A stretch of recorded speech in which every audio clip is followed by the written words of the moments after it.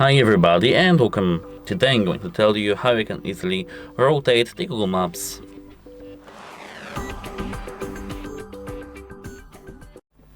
So, at first let's make a direction, for example some random here place, and now to rotate we just have to move our screen like that to change the orientation.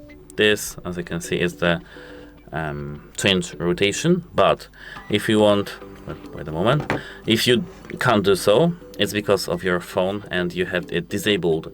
If you want to enable it, you have to scroll here to your control panel.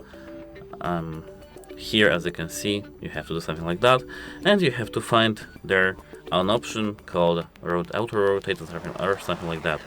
Here, as you can see, I don't have this option, so we have to add this option using this here in the details.